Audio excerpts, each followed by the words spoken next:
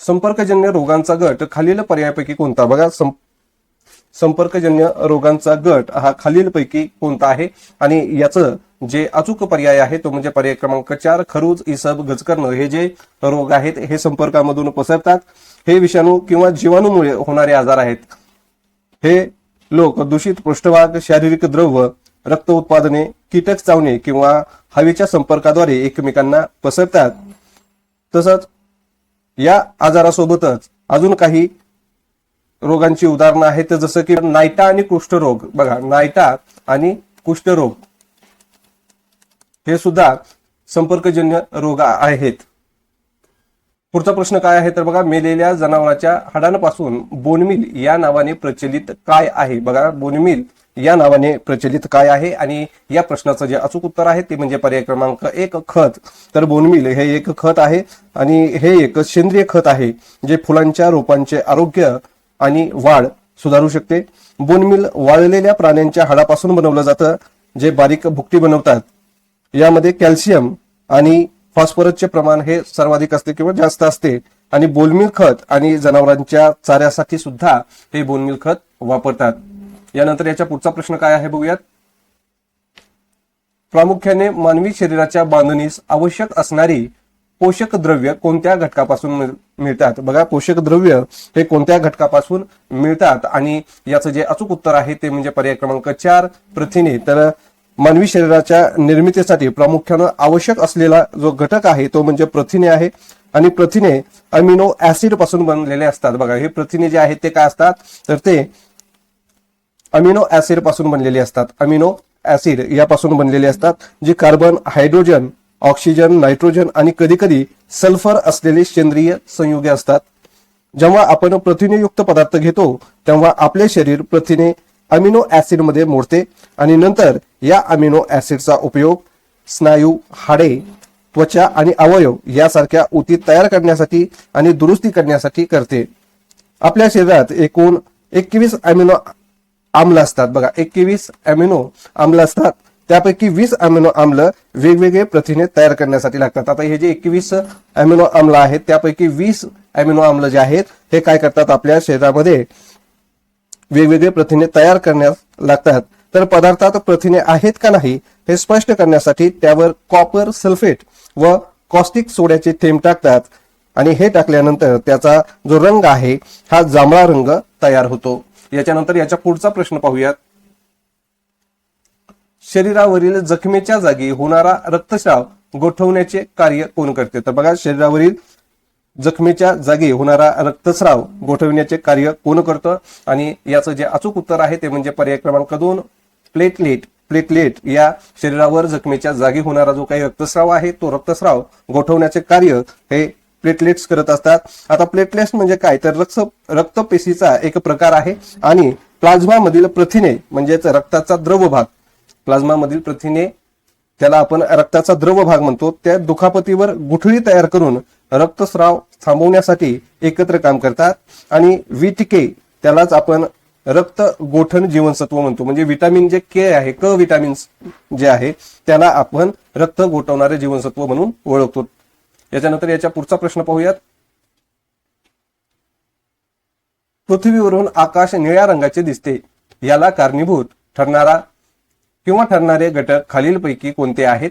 तर अ जो आहे तो बघा वातावरण आहे आणि ब आहे आकाशाचे विकिरण. आणि या प्रश्नाचं जे अचूक उत्तर आहे ते म्हणजे पर्याय क्रमांक 3 आहे मित्रांनो, दोन्ही अ आणि ब. तर या ठिकाणी जे दोन वाक्य दिलेले आहेत तर ते दोन्हीही म्हणजेच अ वातावरण आणि प्रकाशाचे विकिरण हे पृथ्वीवरून आकाश निळ्या रंगाचे दिसते याला कारणीभूत ठरणारे घटक आहेत.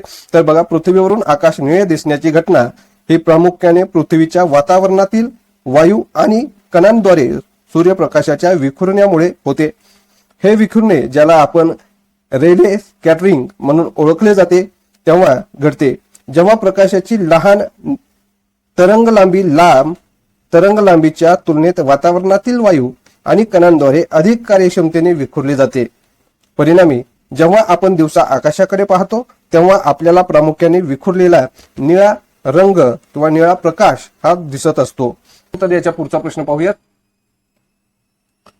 सर्वसाधारणपणे धातू डॅश डॅश नसतात, सर्वसाधारणपणे धातू डॅश डॅश नसतात. हा प्रश्न 2021 च्या पेपरला विचारलेला होता, परंतु हा प्रश्न जो आहे हा प्रश्न रद्द झालेला आहे मित्रांनो. हा प्रश्न रद्द झालेला आहे. आणि या प्रश्नाच्या संदर्भामध्ये धातू जे आहे त्या धातूचे भौतिक गुणधर्म काय आहेत हे आपण या ठिकाणी पाहूयात. तर धातू जे आहेत त्या धातूंना चकाकी असते. बघा धातूंना काय असते तर चकाकी असते. धातू वर्धनीय असतात, त्यावर घाव घालून त्याचा पातळ पत्रा तयार करता येतो. त्यानंतर धातूंना तन्यता असते, त्याच्यापासून बारीक तार काढता येते. बघा तन्यता असते आणि त्यापासून बारीक तार काढता येते. प्लॅटिनम, सोने हे धातू तन्य म्हणून प्रसिद्ध आहेत. तर बहुतेक सर्व धातू हे विद्युत व उष्णतेचे सुवाहक आहेत. विद्युत आणि उष्णतेचे काय आहेत? सुवाहक आहेत. सामान्य तापमानावर धातू स्थायी अवस्थेत असतात. अपवाद पारा हा द्रव अवस्थेत आढळतो. धातूची घनता उच्च असते. बघा धातूची घनता ही कशी असते? उच्च असते. धातूचे द्रवणांक व उत्कलनांक कमी असतात. धातू नादमय असतात. काही धातू हे ठिसूळ सुद्धा असतात. बघा काही धातू ठिसूळ ही असतात. उदाहरणार्थ जर विचार करायचा झाला कोणकोणते धातू ठिसूळ आहेत तर बघा बेरिलियम, क्रोमियम, मॅग्नीज आणि बिस्मथ हे जे धातू आहेत हे धातू ठिसूळ आहेत. म्हणजेच या ठिकाणी धातू जे आहेत हे तन्य असतात, वर्धनीय आहेत, ठिसूळ आहेत आणि सुवाहक आहेत. हे चारही पर्याय बरोबर आहेत. त्यामुळे हा जो प्रश्न आहे हा प्रश्न या ठिकाणी रद्द झालेला आहे. याच्यानंतर याच्या पुढील प्रश्न आपण या ठिकाणी पाहूयात. खालील कारण व परिणाम यांचा अर्थ लक्षात घेऊन योग्य पर्याय निवडा. कारण आहे पाणी हे संयुक्त आहे आणि त्याचा परिणाम आहे पाण्याचे गुणधर्म हे हायड्रोजन व ऑक्सिजन यांच्या गुणधर्मापेक्षा भिन्न आहेत. आता या ज्या प्रश्नाचं उत्तर आहे ते म्हणजे पर्याय क्रमांक बघा 3 जे आहेत दोन्ही अ आणि ब योग्य आहे. अशा प्रकारचं उत्तर हे या ठिकाणी दिलेलं आहे. तर कारण काय आहे? कारण असं सांगतं की पाणी हे एक संयुग आहे जे एक तथ्यात्मक विधान आहे. बघा पाणी हे एक संयुग आहे. हे कसं आहे तर हे एक तथ्यात्मक विधान आहे. हे म्हणणं बरोबर आहे की पाणी हे एक संयुग आहे कारण ते हायड्रोजन आणि ऑक्सिजन अणूंनी रासायनिकरित्या जोडलेलं आहे. बघा हायड्रोजन आणि ऑक्सिजन यांनी रासायनिकरित्या जोडलेला आहे. आणि परिणाम जो आहे तो काय सांगतो की पाण्याचे गुणधर्म हायड्रोजन आणि ऑक्सिजनच्या गुणधर्मापेक्षा वेगळे आहेत. हे विधान देखील बरोबर आहे कारण पाणी त्याचा घटक हायड्रोजन आणि ऑक्सिजन पासून वेगळे गुणधर्म प्रकाशित करतो. बघा हायड्रोजन आणि ऑक्सिजन यापासून वेगळे गुणधर्म प्रदर्शित करतो. उदाहरणार्थ पाण्यामध्ये पृष्ठभागावरील ताण, विशिष्ट उष्णता क्षमता आणि त्याच्या ध्रुवीय स्वरूपामुळे अनेक पदार्थ विरघळण्याची क्षमता यासारखे अद्वितीय गुणधर्म आहेत जे वैयक्तिकरित्या हायड्रोजन आणि ऑक्सिजन मध्ये नसतात. आणि त्यामुळं पर्याय क्रमांक 3 जो आहे दोन्ही अ आणि ब हे योग्य हा बरोबर असणार आहे. याच्यानंतर याच्या पुढील प्रश्न पाहूयात. तंतुमय पदार्थ नसणारा पर्याय कोणता? बघा तंतुमय पदार्थ नसणारा पर्याय कोणता? आणि या प्रश्नाचं जे अचूक उत्तर आहे ते म्हणजे पर्याय क्रमांक 4 मार्गारीन. मार्गारीन हा तंतुमय नसलेला पदार्थ आहे. तर तंतुमय नसलेला पर्याय म्हणजेच आहारातील फायबर कमी असलेला पर्याय. आता बाजरी हे जे धान्य आहे तर बघा या ठिकाणी बाजरी हे जे धान्य आहे ज्यात इतर धान्याच्या तुलनेत कमी फायबर असते परंतु तरीही काही फायबर असतात. तर पालेभाज्या ज्या आहेत या पालेभाज्यांमध्ये सामान्यतः फायबर असते जरी त्याचे प्रमाण विशिष्ट भाज्यांवर अवलंबून असते. तृणधान्याच्या कोंड्यामध्ये फायबरचे प्रमाण हे जास्त असते आणि बहुतेकदा हा तंतुमय पर्याय मानला जातो.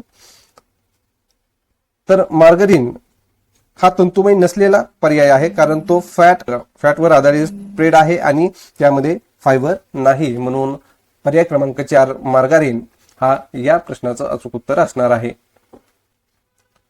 मानव शरीरात रासायनिक संदेशवाहक म्हणून ओळखला जाणारा स्रवणारी ग्रंथी कोणती? बघा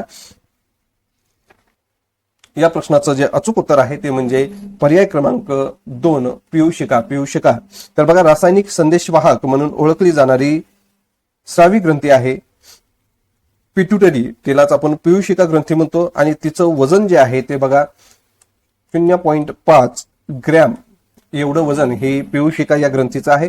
पिट्युटरी ग्रंथी मेंदूच्या पायथ्याशी स्थित वाटाण्याच्या आकाराची ग्रंथी आहे बघा.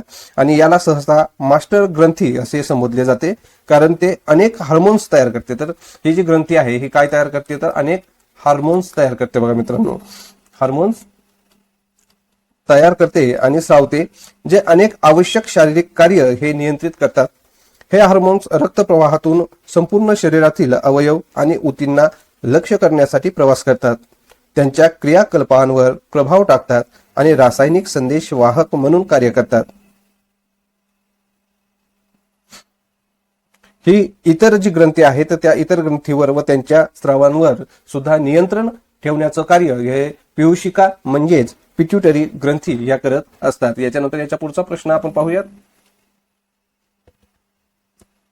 पोलिओ या रोगासंबंधीचे योग्य विधान खालील पर्यायापैकी कोणते आहे? तर बघा या ठिकाणी योग्य विधान खालील पर्यायापैकी कोणते आहे अशा प्रकारचा हा प्रश्न आहे आणि याचं जे अचूक उत्तर आहे ते म्हणजे पर्याय क्रमांक 4, पोलिओचा विषाणू फक्त मानवामध्ये आढळून येतो. तर बघा पोलिओचा जो विषाणू आहे हा फक्त मानवामध्ये आढळून येतो, हे पोलिओच्या संदर्भामधील योग्य विधान आहे. तर बघा पोलिओ रोग हा पोलिओ विषाणूमुळे होतो, जो प्रामुख्याने मानवांना संक्रमित करतो. कोणता विषाणू जो आहे तो काय आहे? तर पोलिओ नावाचा विषाणू आहे. पोलिओ नावाचा काय आहे? तो विषाणू आहे आणि तो माणसांना संक्रमित करतो. हे सर्व सस्तन प्राण्यामध्ये आढळत नाही, कारण ते जीवाणूंमुळे होत नाही. या व्यतिरिक्त पोलिओ व्हायरसचा प्रसार सामान्यतः मल तोंडी मार्गाने होतो, तोंडावाटे शरीरात प्रवेश करणाऱ्या जीवाणूंद्वारे नाही. पल्स पोलिओ मोहिमेसारख्या लसीकरण मोहिमेचा उद्देश भारतात दरवर्षी 0 ते 5 वर्षे वयोगटातील मुलांना लसीकरण करून पोलिओचे निर्मूलन करणे हा आहे. म्हणून या प्रश्नाचं जे अचूक उत्तर आहे ते म्हणजे पर्याय क्रमांक 4, पोलिओचा विषाणू फक्त मानवामध्ये आढळून येतो. धूम्रपान करताना खालीलपैकी कोणते घातक पदार्थ निर्माण होतात? अ आहे निकोटीन, ब आहे स्टार आणि क आहे कार्बन मोनॉक्साईड. बघा अ निकोटीन, ब स्टार आणि क कार्बन मोनॉक्साईड. आणि या प्रश्नाचं जे अचूक उत्तर आहे ते म्हणजे धूम्रपान करताना निकोटीन, स्टार आणि कार्बन मोनॉक्साईड हे तिन्ही घटक हे निर्माण होत असतात. म्हणून याचा पर्याय क्रमांक 4 तिन्ही अ, ब, क हा योग्य असणार आहे. तर बघा निकोटीन हा सिगारेटसह तंबाखूजन्य पदार्थामध्ये आढळणारा व्यसनाधीन पदार्थ आहे. त्यानंतर स्टार जो आहे तर हे स्टार हे रसायनाचं मिश्रण आहे जे तंबाखू जाळल्यानंतर तयार होते. हा एक चिकट पदार्थ आहे जो फुफ्फुसात आणि श्वसन प्रणालीच्या इतर भागामध्ये जमा होतो. तर कार्बन मोनॉक्साईड हे जे आहे तर हा एक विषारी वायू आहे जो तंबाखू जाळल्यावर तयार होतो. हे रक्तातील हिमोग्लोबिनला बांधते, ज्यामुळे शरीराच्या ऊतीमध्ये ऑक्सिजनचं प्रमाण हे कमी होत जातं आणि हे तिन्ही घटक धूम्रपान करताना घातक पदार्थ हा निर्माण करतात. हे तिन्ही घटक घातक आहेत. याच्या पुढचा आपण प्रश्न पाहूया. खालील पर्यायापैकी अयोग्य विधान कोणते? बघा खालील पर्यायापैकी अयोग्य विधान कोणते? तर यामध्ये अयोग्य विधान जे आहे ते म्हणजे पर्याय क्रमांक 2 आणि पर्याय क्रमांक 4 हे दोन्ही विधानं हे अयोग्य आहेत. आता अयोग्य कसे काय आहेत तर या ठिकाणी आपण बघूयात. तर माणूस जो आहे तर माणसामध्ये जे गुणसूत्रे आहेत मित्रांनो, तर ही गुणसूत्रे नर जो आहे त्याला आपण पुरुष म्हणतो, तर पुरुषामध्ये हे XY या प्रकारची गुणसूत्रे हे पाहायला मिळतात. तर मादीमध्ये म्हणजेच स्त्रियांमध्ये हे जे गुणसूत्र आहेत हे XX अशा प्रकारची गुणसूत्रे हे माणसामध्ये आपल्याला पाहायला मिळतात. तर पक्षी जे आहेत या पक्ष्यांमध्ये जे गुणसूत्र आहेत हे नरामध्ये ZZ अशा प्रकारची गुणसूत्रे हे नरामध्ये पाहायला मिळतात. तर मादीमध्ये ZW अशा प्रकारची गुणसूत्र ही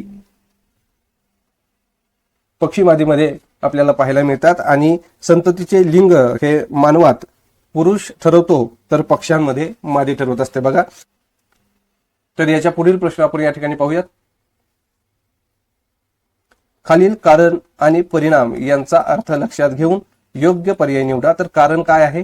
समुद्राच्या पाण्याची घनता जास्त असते आणि त्याचा परिणाम असा होतो की समुद्रात पोहणे अवघड होते. अशा प्रकारचं कारण आणि त्याचा परिणाम या ठिकाणी दिलेला आहे. तर याचं जे अचूक उत्तर असणार आहे ते म्हणजे पर्याय क्रमांक 1 असणार आहे. फक्त अ हे उत्तर योग्य असणार आहे. कारण की बघा समुद्राच्या पाण्याची घनता जास्त आहे हे विधान योग्य आहे. याचं कारण म्हणजे समुद्राच्या पाण्यामध्ये मीठ असते आणि त्यामुळे त्याची घनता जास्त असते. समुद्रात पोहणे कठीण होते हे विधान अयोग्य आहे. नदीच्या पाण्यापेक्षा समुद्राच्या पाण्यात पोहणे माणसाला सोपं आहे. नदीच्या पाण्याच्या तुलनेत माणसाच्या शरीराचा भाग समुद्राच्या पाण्यात कमी बुडवल्याने त्याचे वजन संतुलित होते. त्यामुळे नदीच्या पाण्यापेक्षा समुद्राच्या पाण्यात पोहणे माणसाला सोपे जाते आणि त्यामुळं पर्याय क्रमांक 1 जो आहे, फक्त समुद्राच्या पाण्याची घनता जास्त असते, हेच विधान बरोबर आहे. याच्या पुढील प्रश्न हा या ठिकाणी आपण पाहणार आहोत. मानवी शरीरातील रासायनिक संदेशवाहक म्हणून ओळखला जाणारा घटक खालील पर्यायापैकी कोणता आहे? तर बघा, रासायनिक संदेशवाहक म्हणून ओळखला जाणारा जो घटक आहे तो म्हणजे पर्याय क्रमांक 2 आहे. बघा, संप्रेरक. संप्रेरक हा मानवी शरीरातील रासायनिक संदेशवाहक म्हणून ओळखला जातो. तर संप्रेरक म्हणजेच त्याला आपण हार्मोन्स सुद्धा म्हणतो. बघा, काय म्हणतो मित्रांनो? हार्मोन्स. हार्मोन्स. खालील पर्यायांपैकी संपर्कजन्य रोग कोणते? तर बघा, खालील पर्यायापैकी संपर्कजन्य रोग कोणते आहेत? आणि या पर्यायात प्रश्नाचं जे अचूक उत्तर आहे ते म्हणजे पर्याय क्रमांक 4, इसब व गजकर्ण. बघा, इसब व गजकर्ण. संपर्कजन्य रोग हे विषाणू किंवा जीवाणूमुळे होणारे आजार आहेत. जे लोक दूषित पृष्ठभाग, शारीरिक द्रव्य, रक्त उत्पादने, कीटक चावणे किंवा हवेच्या संपर्काद्वारे एकमेकांना पसरतात. तर संपर्कजन्य रोगाची जी काही उदाहरणं आहेत ते या व्यतिरिक्त बघा, खरूज आहे, गजकर्ण आहे, त्यानंतर इसब आहे, अशा प्रकारची आहेत. याच्यानंतर याच्या पुढील जो प्रश्न आहे तो आपण या ठिकाणी पाहूयात. हा प्रश्न याच्या अगोदरही आलेला आहे आणि डबल आलेला आहे मित्रांनो. तर बघा, 2018 सालीच्या महाटीईटी पेपर क्रमांक 1 साठी आलेला हा प्रश्न आहे. तर तंबाखू खाल्ल्यामुळे खालीलपैकी कोणते घातक पदार्थ निर्माण होतात? आणि या प्रश्नाचं जे अचूक उत्तर आहे ते आपण पाहिलेलं आहे की तंबाखू खाल्ल्यामुळे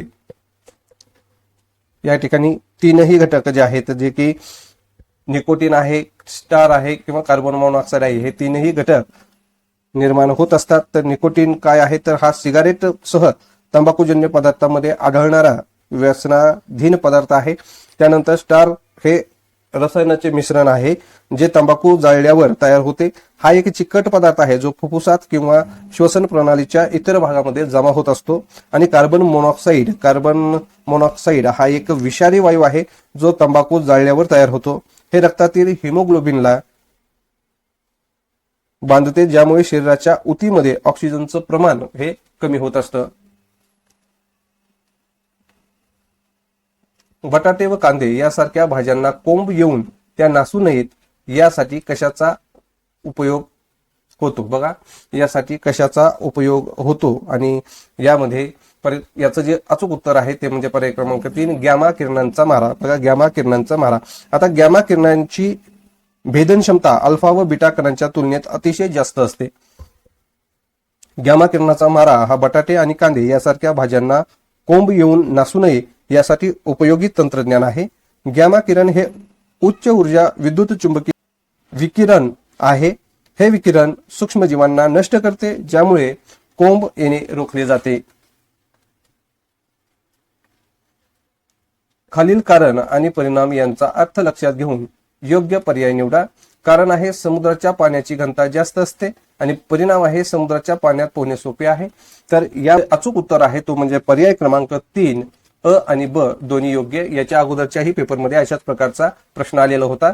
फक्त या ठिकाणी कारण समुद्राच्या पाण्याची घनता जास्त असते हे दिलं होतं, मात्र समुद्राच्या पाण्यात पोहणे सोपे नसते अशा प्रकारचा परिणाम हा दिलेला होता. तर या ठिकाणी हाच प्रश्न दिलेला आहे, परंतु याच्यामध्ये परिणामामध्ये थोडासा बदल केलेला आहे आणि त्यामुळं हे दोन्हीही कारण आणि परिणाम हे दोन्हीही योग्य आहेत. तर बघा, समुद्राच्या पाण्याची जी घनता आहे ही जास्त आहे, हे विधान योग्य आहे.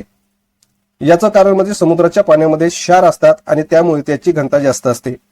समुद्रात पोहणे हे सोपे होते हे विधान सुद्धा योग्य आहे, कारण नदीच्या पाण्यापेक्षा समुद्राच्या पाण्यात पोहणे माणसाला सोपं जातं आणि नदीच्या पाण्याच्या तुलनेत माणसाच्या शरीराचा भाग हा समुद्राच्या पाण्यात कमी बुडाल्याने त्याचं वजन जे आहे हे संतुलित राहतं. त्यामुळे नदीच्या पाण्यापेक्षा समुद्राच्या पाण्यामध्ये पोहणे माणसाला सोपे जाते मित्रांनो. म्हणून या ठिकाणी याचं जे उत्तर असणार आहे ते म्हणजे पर्याय क्रमांक 3, अ आणि ब हे दोन्ही योग्य आहे.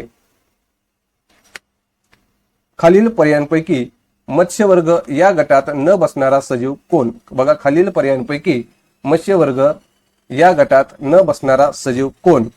अशा प्रकारचा हा प्रश्न आहे आणि या प्रश्नाचं जे अचूक उत्तर आहे हे काय असणार आहे? पर्याय क्रमांक 2 आहे मित्रांनो, तारा मासा. तारा मासा हा मत्स्यवर्ग या गटात न बसणारा सजीव आहे. कारण की बघा, स्टारफिश म्हणजेच तारा मासा, यालाच आपण स्टारफिश असंही म्हणतो, सामान्यतः मत्स्यपालन गटाचा भाग मानला जात नाही. कारण स्टारफिश हा मासा नाही, खरे तर त्यांचे नाव असूनही ते माशांशी अजिबात संबंधित नाहीत. कदाचित आश्चर्याची गोष्ट म्हणजे स्टारफिश प्रत्यक्षात सागरी अपृष्ठवंशी प्राण्यांच्या गटाशी संबंधित आहे, ज्यात समुद्री काकडी, समुद्री अर्चिन आणि वाळूचे डॉलर देखील समाविष्ट असतात. डॉगफिश जो आहे तर मासेमारीत पकडलेल्या लहान शार्कच्या अनेक प्रजातीचा संदर्भ हा याच्याशी आहे. त्यानंतर इलेक्ट्रिक रे, तर पॅसिफिक इलेक्ट्रिक रे त्याच्या गोल फ्लॅवी बॉडी आणि मोठ्या पहिल्या पृष्ठीय पंखाने ओळखला जातो. तर फ्लाय फिश हे जे आहेत हे उडणारा मासा आहे, जगभरात उबदार पाण्यात आढळतो आणि त्याच्या उडण्याच्या क्षमतेसाठी तो प्रसिद्ध आहे. ते सर्व लहान आहेत. त्यांची कमाल लांबी ही सुमारे 45 सेंटीमीटर आहे. तर 18 इंच, 45 सेंटीमीटर किंवा 18 इंच ही त्यांची लांबी आहे आणि त्यांना पंखासारखे कडक पंख आणि अस्मान काटे असलेली शेपटी ही फ्लाय फिशला असते. खालील पर्यायापैकी विषाणूपासून होणाऱ्या रोगांची जोडी कोणती? बघा, खालील पर्यायापैकी विषाणूंपासून होणाऱ्या रोगांची जोडी कोणती? आणि या प्रश्नाचं जे अचूक उत्तर आहे ते म्हणजे पर्याय क्रमांक 4, हेपॅटिटिस आणि रेबीज. हेपॅटिटिस आणि रेबीज हे विषाणू पासून होणाऱ्या रोगांची जोडी आहे. तर विषाणूजन्य जे रोग आहेत त्याच्यामध्ये बघा, हेपॅटिटिस, पोलिओ, एड्स, देवीचा रोग, कांजण्या, गोवर, गालफुगी, फ्लू आणि इबोला हे सर्व विषाणूजन्य रोग आहेत. तर जीवाणूजन्य रोग जे आहेत त्याच्यामध्ये क्षयरोग आहे. त्याच्यानंतर बघा, टायफॉइड हा जीवाणूजन्य रोग आहे, कॉलरा आहे, घटसर्प आहे, धनुर्वात, डांग्या खोकला, निमोनिया, कुष्ठरोग आणि प्लेग हे सर्व जीवाणूजन्य रोग आहेत. तर हेपॅटायटिस ए, बी, सी, डी आणि ई विविध विषाणूंमुळे होतो. रेबीज देखील विषाणूमुळे होत असतो. आणि इतर पर्याय जे आहेत ते चुकीचे आहेत, कारण क्षयरोग हा जीवाणूमुळे होतो. बघा, क्षयरोग जो आहे हा जीवाणूमुळे होतो. मायकोबॅक्टेरियन ट्युबरक्युलोसिस आणि विषमज्वर साल्मोनेला टायफी या जीवाणूमुळे होतो. त्याच्यानंतर याच्या पुढचा प्रश्न पाहूयात. मेलेल्या जनावराच्या आतड्यापासून बनविलेल्या तातेचा उपयोग कोणता? बघा, मेलेल्या जनावराच्या आतड्यापासून बनवलेल्या तातेचा उपयोग कोणता? आणि या प्रश्नाचं जे अचूक उत्तर आहे ते म्हणजे पर्याय क्रमांक 1, शस्त्रक्रियेनंतरच्या जखमा शिवणे. शस्त्रक्रियेनंतरच्या जखमा शिवणे हा मेलेल्या जनावराच्या आतड्यापासून बनवलेल्या तातेचा उपयोग होतो. यानंतर याचा पुढचा प्रश्न पाहूयात. प्रामुख्याने मानवी शरीरात संरक्षण देणारी आणि नियंत्रण ठेवणारी पोषण द्रव्य कोणती आहेत? तर या प्रश्नाचं जे अचूक उत्तर आहे ते म्हणजे पर्याय क्रमांक 3, जीवनसत्व आणि खनिज हे मानवी शरीरात संरक्षण देणारी आणि नियंत्रण ठेवणारी पोषण द्रव्य आहेत. तर जीवनसत्व आणि खनिज हे आवश्यक पोषक घटक आहेत जे मानवी शरीरातील विविध कार्याचे संरक्षण आणि नियंत्रण करण्याचा महत्त्वपूर्ण भूमिका बजावतात.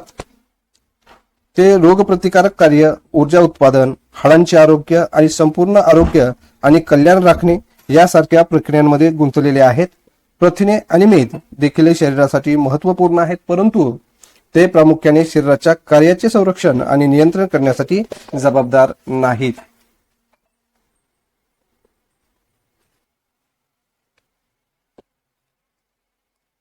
लहान आतड्यास लहान आतडे असे संबोधले जाते कारण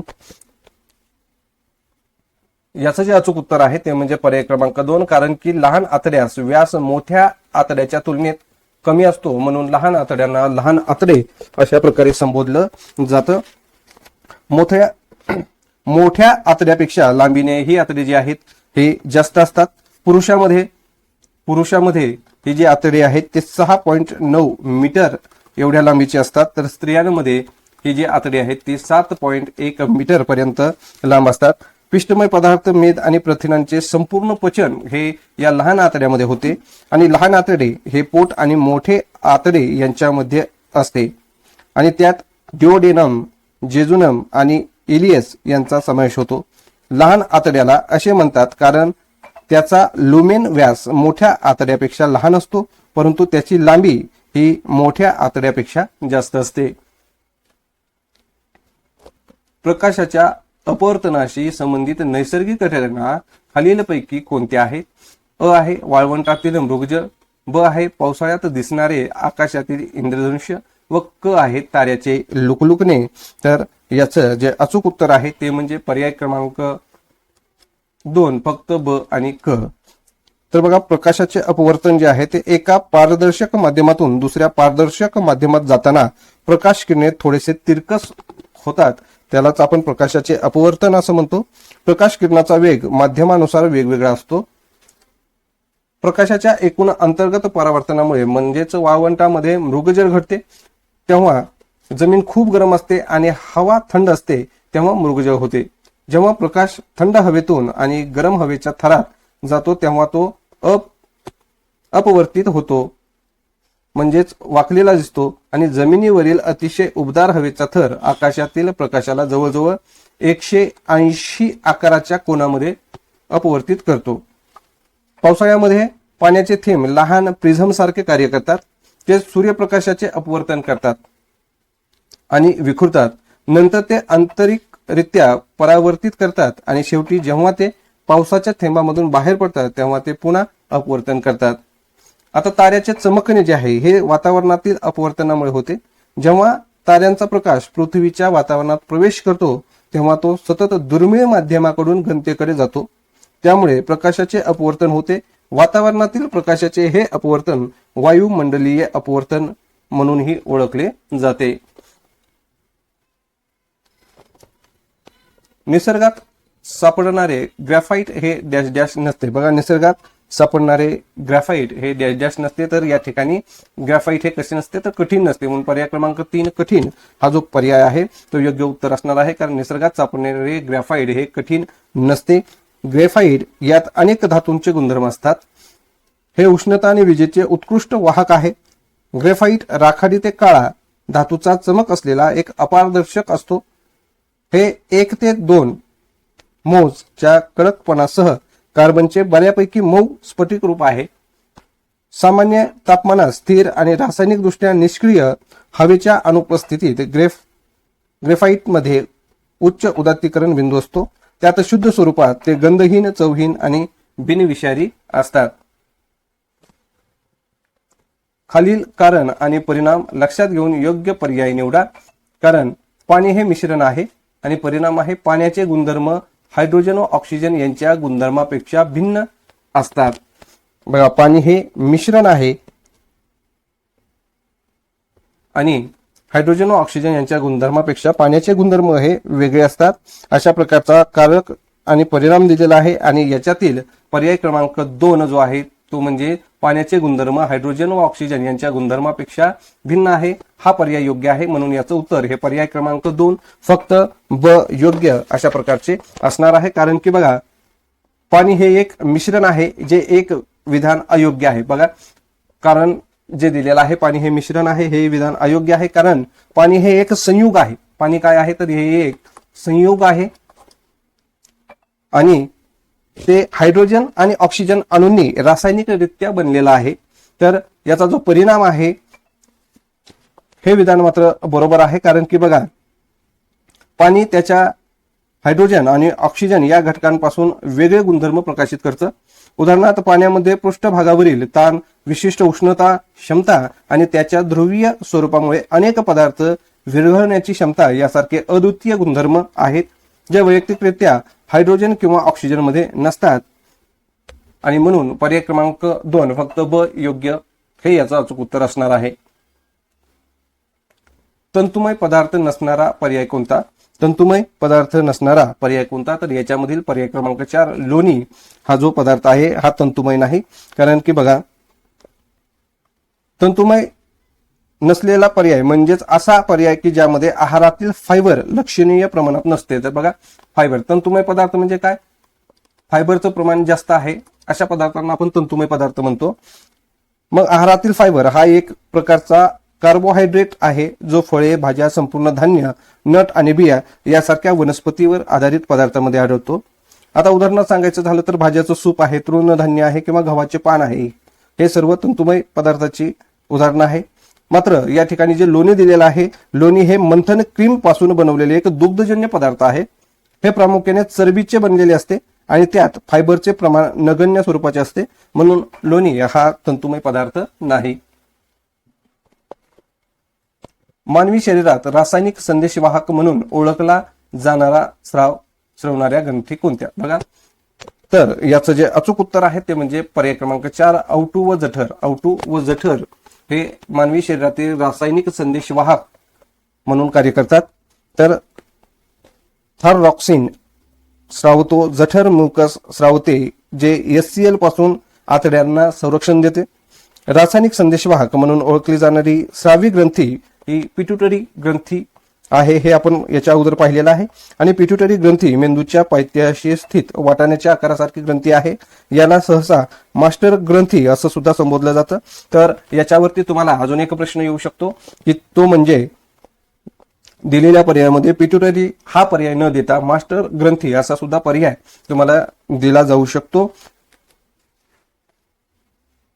तर बघा, अनेक हार्मोन्स तयार करण्याचं काम हे पिट्युटरी ग्रंथी करत असते आणि ती स्रावते जे अनेक आवश्यक शारीरिक कार्य नियंत्रित करतात. हे हार्मोन्स रक्त प्रवाहातून संपूर्ण शरीरातील अवयव आणि ऊतींना लक्ष्य करण्यासाठी प्रवास करतात, त्यांच्या क्रियाकलापांवर प्रभाव टाकतात आणि रासायनिक संदेशवाहक म्हणून कार्य करतात. मानवी शरीरात रासायनिक संदेशवाहक म्हणून ओळखला जाणारा स्रावणाऱ्या ग्रंथी म्हणजेच आवटू व जठर या आहेत, म्हणून याचं उत्तर हे पर्याय क्रमांक 4 आवटू व जठर हे असणार आहे. हेपॅटिटिस या रोगासंबंधी असलेले योग्य विधान खालील पर्यायापैकी कोणते आहे? तर हेपॅटिटिस हा जो रोग आहे हा विषाणूंच्या समूहामुळे यकृताला होणारा दाह आहे आणि म्हणून याचं उत्तर हे पर्याय क्रमांक 4 विषाणूच्या समूहामुळे यकृताचा होणारा दाह हे असणार आहे. हेपॅटिटिस हा जो आहे याचे विविध प्रकार आहेत, जसे की हेपॅटिटिस ए, हेपॅटिटिस बी आणि हेपॅटिटिस सी. तंबाखू खाणे किंवा धूम्रपान करणे यामुळे खालीलपैकी कोणता परिणाम होतो? निकोटीन मेंदू आणि हृदयाला घातक ठरते. ब, फुफ्फुसात क्षार जमा झाल्यामुळे कर्करोग होतो. आणि या प्रश्नाचं जे अचूक उत्तर आहे ते म्हणजे पर्याय क्रमांक 3 दोन्ही अ आणि ब बरोबर आहे. कारण की बघा, निकोटीन हा सिगारेटच्या तंबाखूजन्य पदार्थामध्ये आढळणारा व्यसनाधीन पदार्थ आहे. तर स्टार्च हे रसायनाचे मिश्रण आहे जे तंबाखू जाळल्यावर तयार होतो. हा एक चिकट पदार्थ आहे जो फुफ्फुसात आणि श्वसन प्रणालीच्या इतर भागामध्ये जमा होऊ शकतो. फुफ्फुसात टार जमा झाल्यामुळे कर्करोग सुद्धा होतो. कार्बन मोनॉक्साईड हा एक विषारी वायू आहे जो तंबाखू जाळल्यावर तयार होतो. हे रक्तातील हिमोग्लोबिनला बांधते ज्यामुळे शरीराच्या ऊतीमध्ये ऑक्सिजनचं प्रमाण हे कमी होतं. खालील पर्यायांपैकी अयोग्य विधान कोणते? बघा, खालील पर्यायापैकी अयोग्य विधान कोणते अशा प्रकारचा प्रश्न आहे आणि याचं जे उत्तर आहे ते म्हणजे पर्याय क्रमांक 2, 3 आणि 4 हे पर्याय अयोग्य विधानाचे आहेत. आणि याच्यामध्ये फक्त एक विधान हे योग्य आहे ते म्हणजे मानवी मादीमध्ये XX हे गुणसूत्र आढळतात. कारण की आपण याच्या अगोदर हे बघितलेलं आहे की माणसामध्ये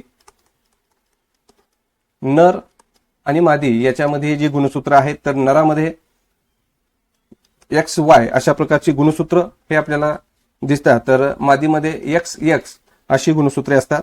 परंतु पक्ष्यामध्ये जर विचार केला तर ही स्थिती वेगळी आहे. तर नरामध्ये जे गुणसूत्र आहेत ते म्हणजे ZZ ही गुणसूत्र नरामध्ये आढळतात, तर मादीमध्ये ZW अशा प्रकारची गुणसूत्र ही मादीमध्ये आढळतात. आणि होणारी जी संतती आहे ही पुरुष असणार आहे की स्त्री असणार आहे हे माणसामध्ये नर याची गुणसूत्रे ठरवतात. त्याचप्रमाणे पक्ष्यामध्ये होणारी संतती हे नर असेल की मादी असेल ही मादीच्या गुणसूत्रावरून ठरवली जातात. दुधासारखे द्रव पदार्थ अधिक काळ टिकवून ठेवताना त्यातील जीवाणू मारून टाकण्यासाठी खालील पर्यायापैकी कशाचा उपयोग होतो? बघा, दुधासारखे द्रव पदार्थ अधिक काळ टिकवून ठेवताना त्यातील जीवाणू मारून टाकण्यासाठी खालील कोणत्या पर्यायाचा उपयोग होतो? तर याचं जे अचूक उत्तर आहे ते म्हणजे पर्याय क्रमांक 1 श्राव्यातील ध्वनी. श्राव्यातील ध्वनी. तर बघा, श्राव्यातील ध्वनी लहरीचा उपयोग दूध अधिक काळ टिकवून ठेवण्यासाठी होऊ शकतो. या ध्वनी लहरी सूक्ष्मजीवांच्या पेशी भिंती नष्ट करतात आणि त्यांना वाढवण्यापासून रोखतात. श्राव्यातील ध्वनी पद्धत ही एक तुलनेने नवीन तंत्रज्ञान आहे आणि त्याचा मोठ्या प्रमाणावर वापर हा होत नाही. खालील कारण आणि परिणाम यांचा अर्थ लक्षात घेऊन योग्य पर्याय निवडा. तर कारण काय दिलेलं आहे बघा, तर समुद्राच्या पाण्याची घनता कमी असते.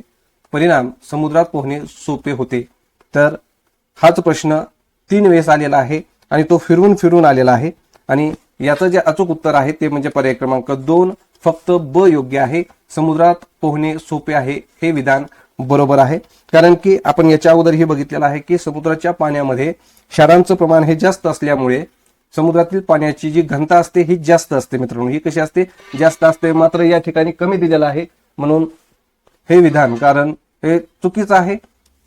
त्याचप्रमाणे नदीच्या पाण्यापेक्षा समुद्राच्या पाण्यात पोहणे हे माणसाला सोपं आहे.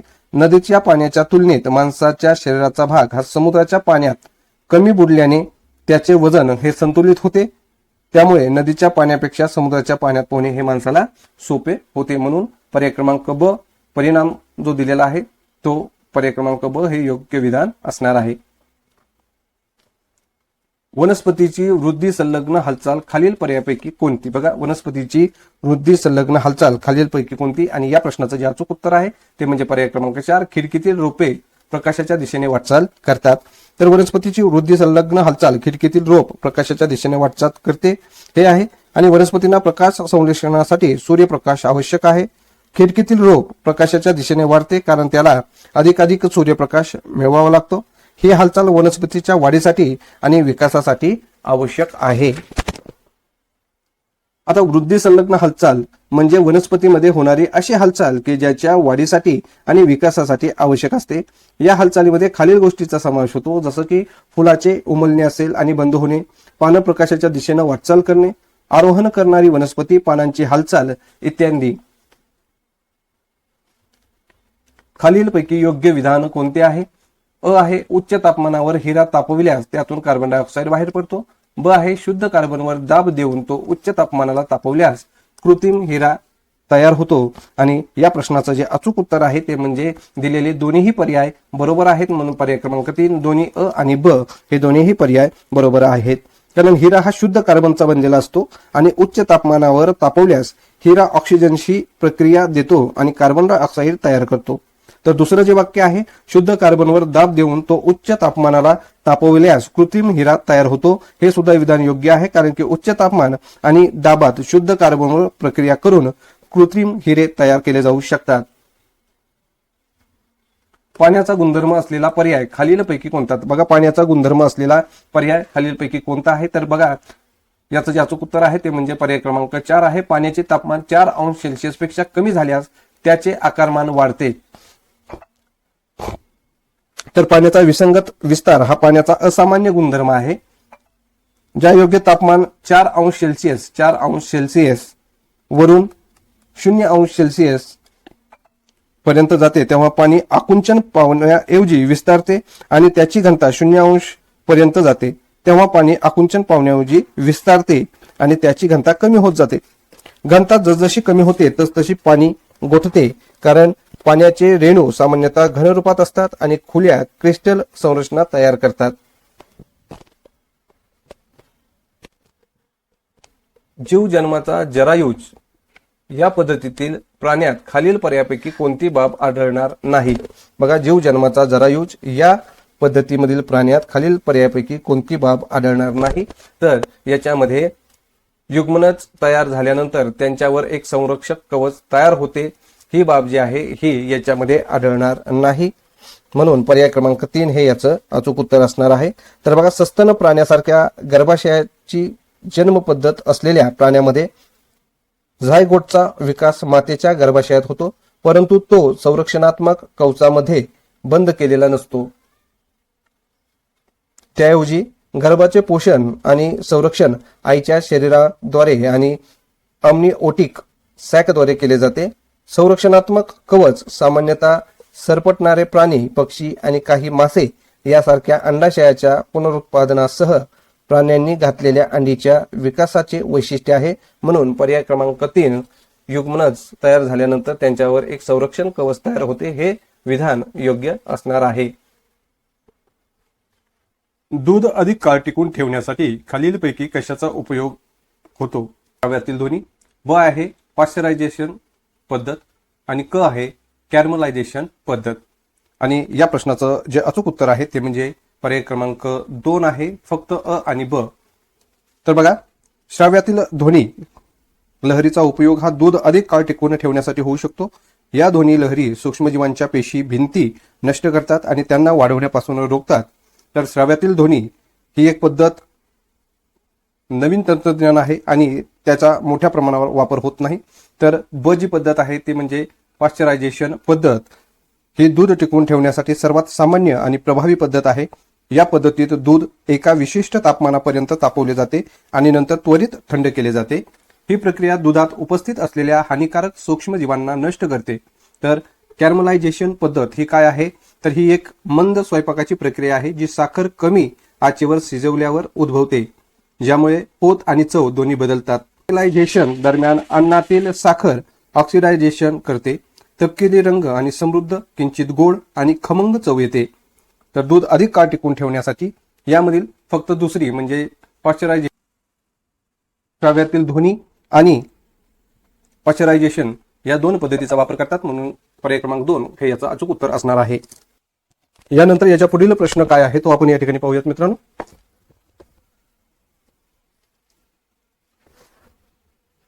खालील पर्यायांपैकी योग्य विधान कोणते? खालील पर्यायांपैकी योग्य विधान कोणते? आणि याचं जे अचूक उत्तर आहे ते म्हणजे पर्याय क्रमांक 3 आहे. प्रतिक्षिप्त क्रिया या अनैच्छिक क्रिया नसतात. बघा, प्रतिक्षिप्त क्रिया या अनैच्छिक क्रिया नसतात.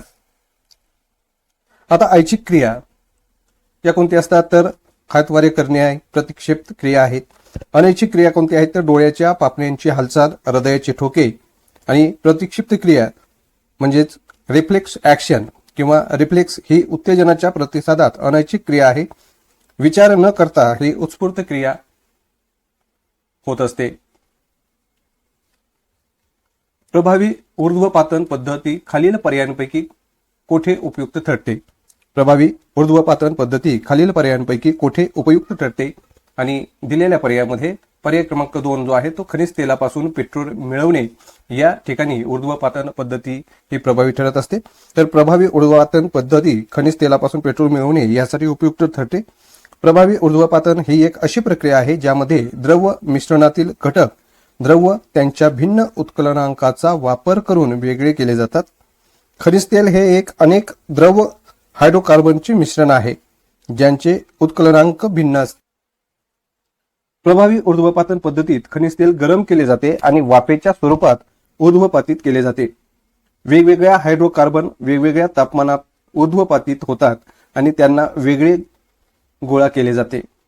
पेट्रोल हे खनिज तेलापासून मिळवले जाणारे एक द्रव हायड्रोकार्बन आहे. याच्यानंतर याच्या पुढील प्रश्न पाहूयात. खालील कारण आणि परिणाम यांना लक्षात घेऊन योग्य पर्याय निवडा. कारण काय आहे? बघा, देवमासा शीत रक्ताचा प्राणी आहे. आणि परिणाम काय आहे? तर सभोवतालच्या तापमानानुसार देवमासा शरीराचे तापमान बदलतो. तर याचं जे अचूक उत्तर आहे ते म्हणजे फक्त पर्याय क्रमांक 2 आहे. फक्त ब हे विधान योग्य आहे. तर सभोवतालच्या तापमानानुसार देवमासा हे आपल्या शरीराचं तापमान हे बदलत असतो. तर शीत रक्ताचे प्राणी जे असतात ते काय करतात? तर प्राणी अंतर्गत उष्णता निर्माण करू शकत नाहीत. देवमासा उबदार रक्ताचा प्राणी आहे. बघा, देवमासा हा शीत रक्ताचा प्राणी नसून तो उबदार रक्ताचा प्राणी आहे आणि सभोवतालच्या तापमानानुसार देवमासा हा शरीराचे तापमान हा बदलत असतो. विद्युत दिव्यामध्ये आर्गॉन व नायट्रोजन यासारख्या वायूचे मिश्रण का भरलेले असते? विद्युत दिव्यामध्ये आर्गॉन व नायट्रोजन या सारख्या वायूचे मिश्रण का भरलेले असते? कारण की त्यामुळे दिव्यातील तारेच्या कुंडलाचे आयुष्य वाढते आणि त्यामुळे आर्गॉन व नायट्रोजन यासारख्या वायूचे मिश्रण हे विद्युत दिव्यामध्ये भरलं जातं. म्हणून पर्याय क्रमांक 4 दिव्यातील तारेच्या कुंडलाचं आयुष्य वाढण्यासाठी हा पर्याय योग्य असणार आहे. तर बघा, उत्प्रेरक म्हणजेच आर्गॉन आणि नायट्रोजन उत्प्रेरक म्हणून काम करत नाहीत. उष्णता ऊर्जेचे प्रकाश ऊर्जेत रूपांतर दिव्यातील तारेचं जे कुंडल आहे हे उष्णता ऊर्जेचे प्रकाश ऊर्जेचे रूपांतरित करते, वायू नाही. ऑक्सिडेशन ही क्रिया हवेच्या परिस्थितीत घडते. विद्युत दिव्यामध्ये हवा नसते, त्यामुळे ऑक्सिडेशन होत नाही. आणि आर्गॉन आणि नायट्रोजन दिव्यातील तारेच्या कुंडलाभोवती एक निष्क्रिय वातावरण निर्माण करतात. हे वातावरण ऑक्सिडेशन आणि इतर रासायनिक प्रक्रियांपासून कुंडलाचे रक्षण करते, त्यामुळे दिव्यातील तारेच्या कुंडलाचं आयुष्य हे वाढत जातं. विद्युत दिव्यामध्ये आर्गॉन आणि नायट्रोजन यांच्या मिश्रणापासून थोड्या प्रमाणात क्रिप्टॉन वायू देखील भरलेला असतो.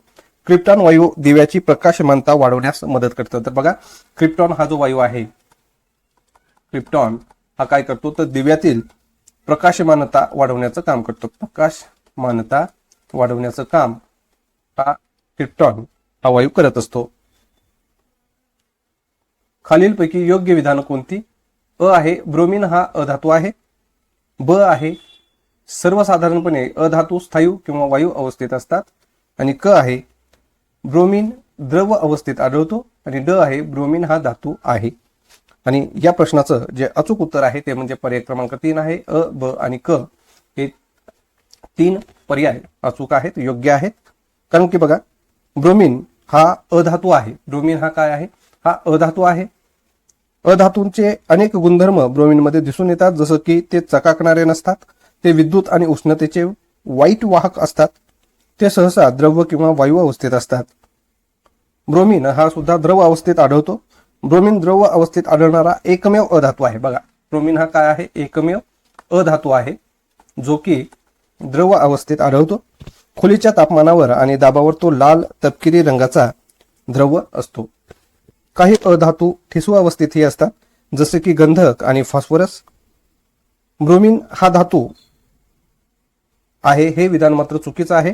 कारण विधान पाहिले असता ब्रोमीन हा अधातू आहे हे आपल्याला समजतं.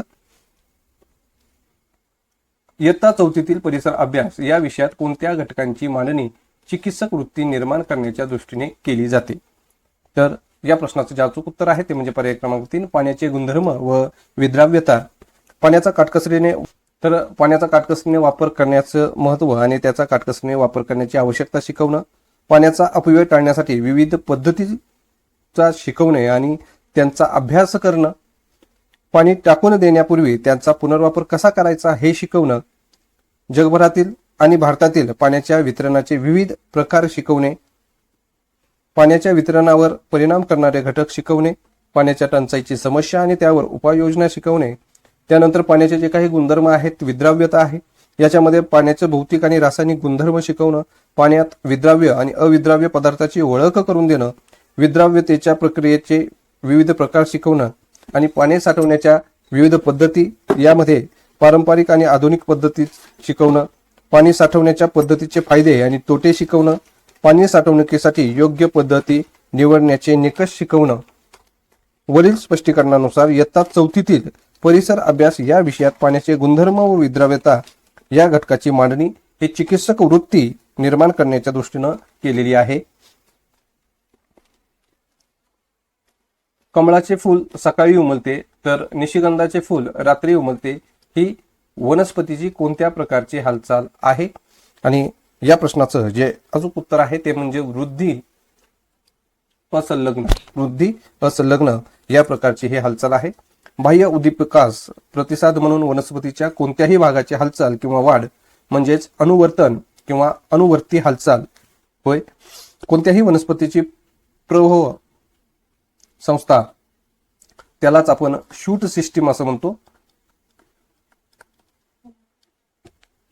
प्रकाश उद्दीपकनास प्रतिसाद देते म्हणजेच प्रकाश स्त्रोताच्या दिशेनं तिची वाढ होते. वनस्पतींनी दाखवलेल्या या हालचालींना प्रकाशानुवर्ती हालचाल असं म्हणतात. वनस्पतीची मूळ संस्था म्हणजेच रूट सिस्टीम गुरुत्वाकर्षण व पाणी या उद्दीपनांना प्रतिसाद देते. या प्रतिसादांना अनुक्रमे गुरुत्वानुवर्ती हालचाल व जलानुवर्ती हालचाल असंही म्हणतात. विशिष्ट रसायनांना दिलेला प्रतिसाद म्हणून वनस्पतीच्या भागांच्या झालेल्या हालचालींना रसायन अनुवर्तन असं म्हणतात. उदाहरणार्थ बीजांडाच्या दिशेनं होणारी परागनलिकेची वाढ वरील सर्व प्रकारच्या हालचाली या वनस्पतीच्या वाढीशी संबंधित आहेत. म्हणून या हालचालींना वनस्पतीमधील वृद्धी संलग्न हालचाली असं म्हणतात. खालीलपैकी योग्य विधाने कोणती आहेत? अ आहे हिऱ्यावर आम्ल किंवा अल्कली यांचा परिणाम होत नाही. आणि ब आहे हिरा हे कार्बनचे अस्फटिक रूप आहे. आणि या प्रश्नाचं जे अचूक उत्तर आहे ते म्हणजे पर्याय क्रमांक ए, हिऱ्यावर आम्ल किंवा अल्कली यांचा परिणाम होत नाही. आता कार्बनची स्फटिक रूप कोणती आणि अस्फटिक रूप कोणती याचा हिऱ्यावर आम्ल किंवा अल्कली यांचा परिणाम होत नाही.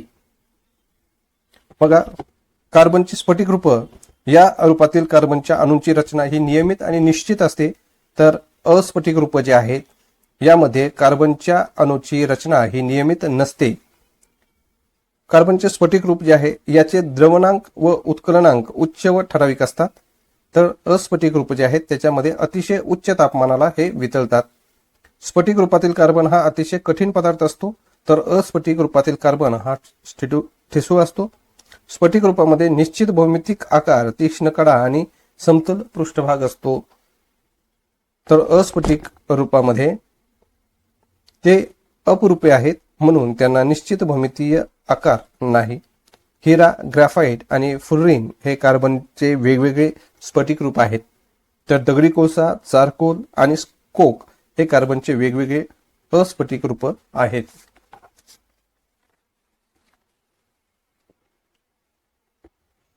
(0°C) तापमानाच्या पाण्याचे तापमान वाढविल्यास खालील पर्यायापैकी कोणता परिणाम दिसून येतो?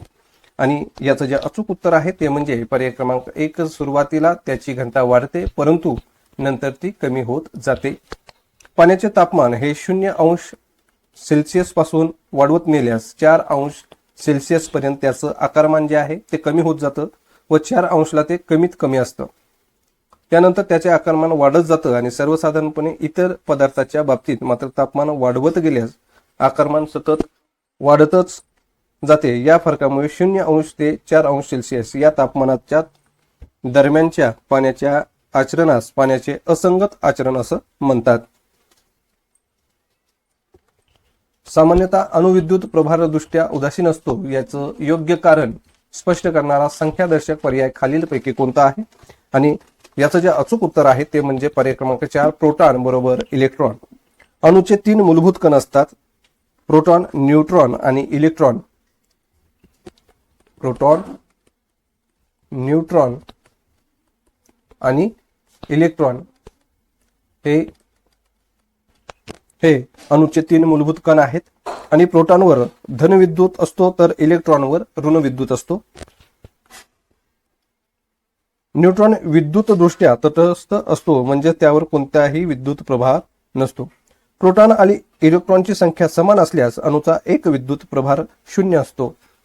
जर प्रोटॉनची संख्या ही इलेक्ट्रॉनपेक्षा जास्त असेल तर अणूचा एकूण विद्युत प्रभार धन असतो. जर इलेक्ट्रॉनची संख्या ही प्रोटॉनपेक्षा जास्त असेल तर अणूचा एकूण विद्युत प्रभार हा ऋण असतो. उदाहरणार्थ जर सांगायचं झालं तर हायड्रोजन अणूमध्ये 1 प्रोटॉन आणि 1 इलेक्ट्रॉन असतो आणि त्याचा एकूण विद्युतभार हा 0 असतो. तर हेलियम अणूमध्ये 2 प्रोटॉन असतात आणि 2 इलेक्ट्रॉन असतात आणि त्याचा एकूण विद्युतभार सुद्धा 0च असतो. ऑक्सिजन याच्यामध्ये सुद्धा 8 प्रोटॉन आणि 8 इलेक्ट्रॉन असतात आणि म्हणून त्याचा विद्युत प्रभार सुद्धा 0 असतो. मित्रांनो, वनस्पतीमधील कोणता टाकाऊ पदार्थ मानवाला उपयुक्त आहे? बघा, वनस्पतीमधील कोणता टाकाऊ पदार्थ मानवाला उपयुक्त आहे आणि याचं जे अचूक उत्तर आहे ते म्हणजे पर्याय क्रमांक 3, निलगिरी तेल. निलगिरी तेल. निलगिरीच्या पानांपासून हे तेल काढलं जातं. सर्दी, खोकला, डोकंदुखी, स्नायू दुखणे इत्यादींवर उपचारासाठी हे तेल उपयोगी आहे. हे तेल जंतुनाशक आणि बुरशीनाशक म्हणून सुद्धा वापरलं जातं. त्यानंतर रॅफाइड्स हे वनस्पतीमध्ये आढळणारे क्रिस्टल्स आहेत. ते काही वनस्पतींना प्राण्यांपासून बचाव करतात. तर कॅल्शियम ऑक्झलेट हे वनस्पतीमध्ये आढळणारे खनिज आहे. काही वनस्पतीमध्ये ते मूत्रपिंडातील खडे तयार करू शकते. तर करडईचं तेल हे जे आहे हे बियांपासून काढलं जातं. हे तेल केसांसाठी आणि त्वचेसाठी उपयुक्त आहे. जीवजन्माच्या जरायुज पद्धतीत प्राण्यांमध्ये सर्वसामान्यपणे कोणते वैशिष्ट्य आढळत नाही? बघा, कोणते वैशिष्ट्य आढळत नाही अशा प्रकारचा प्रश्न आहे. आणि या प्रश्नाचं जे अचूक उत्तर आहे ते म्हणजे पर्याय क्रमांक 4, ते प्राणी शरीराच्या तापमानावर नियंत्रण ठेवू शकत नाहीत. तर बघा, जीवजन्माच्या म्हणजे जरायुज पद्धतीतील प्राणी हे शरीराच्या तापमानावर नियंत्रण ठेवू शकत नाहीत. जरायुज प्राणी हे असे प्राणी आहेत जे गर्भधारणा करतात आणि पिलांना जन्म देतात. या प्राण्यामध्ये स्तन ग्रंथी असतात आणि ते आपल्या पिल्लांना दूध पाजतात. जरायुज प्राणी उष्ण रक्ताचे असतात. याचाच अर्थ ते त्यांच्या शरीराचे तापमान नियंत्रित करू शकतात. जरायुज प्राण्यामध्ये केस, फर, पंख असू शकतात जे त्यांना थंडीपासून बचाव करतात. जरायुज प्राणी त्यांच्या वातावरणाशी पूर्णपणे अनुकूलित असतात, जसं की मानव, कुत्रा, मांजर, गाय हे जरायुज प्राणी आहेत. खाद्यतेलाचे रूपांतर वनस्पती तुपात होते त्यावेळी खालील पर्यायापैकी कोणती क्रिया घडते? तर याचं जे अचूक उत्तर आहे ते म्हणजे पर्याय क्रमांक 2, ऑक्सिजन मुक्त होतो. तर ऑक्सिजन मुक्त होतो. खाद्यतेलाचे रूपांतर वनस्पती तुपात होत असते त्यावेळी त्यामधून ऑक्सिजन मुक्त होतो. खालील पर्यायांपैकी अयोग्य विधान कोणते? खालील पर्यायापैकी अयोग्य विधान कोणते? आणि याचं जे अचूक उत्तर आहे ते म्हणजे पर्याय क्रमांक 3 आहे. बघा, एखाद्या गरम वस्तूला हात लावला की तो लगेच मागे घेतला जातो. ही अनैच्छिक क्रिया आहे. अनैच्छिक क्रिया आहे, कारण ही ऐच्छिक क्रिया आहे मित्रांनो, परंतु या ठिकाणी अनैच्छिक क्रिया दिलेली आहे. तर बघा, कोणत्याही प्रकारच्या बाह्य उद्दीपकामुळे निर्माण झालेल्या स्नायू यंत्रणेच्या अनैच्छिक प्रतिसादाला प्रतिक्षिप्त क्रिया म्हणतात. एखाद्या गरम वस्तूला हात लावला की तो लगेच मागे घेतला जातो. ही प्रतिक्षिप्त क्रिया आहे.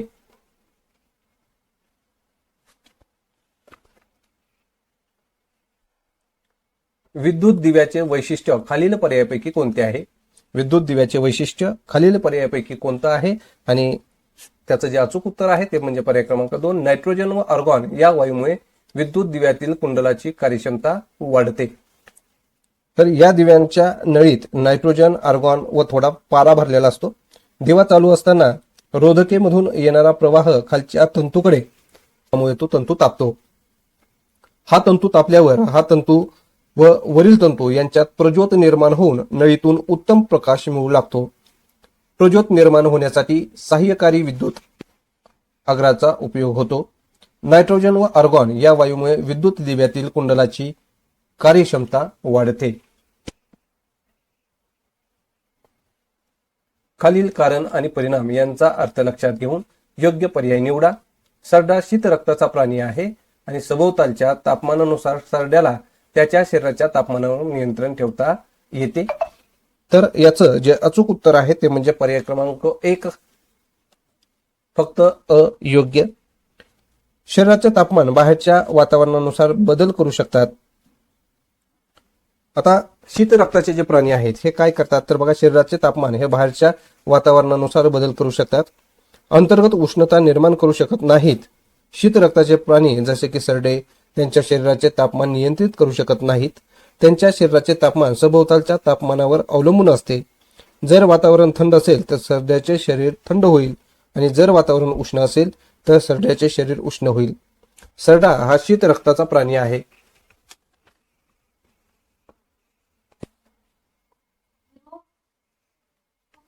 उष्णतेच्या अभिसरण प्रवाहाचे उदाहरण नसलेला पर्याय कोणता? बघा, उष्णतेच्या अभिसरण प्रवाहाचे उदाहरण नसलेला पर्याय कोणता?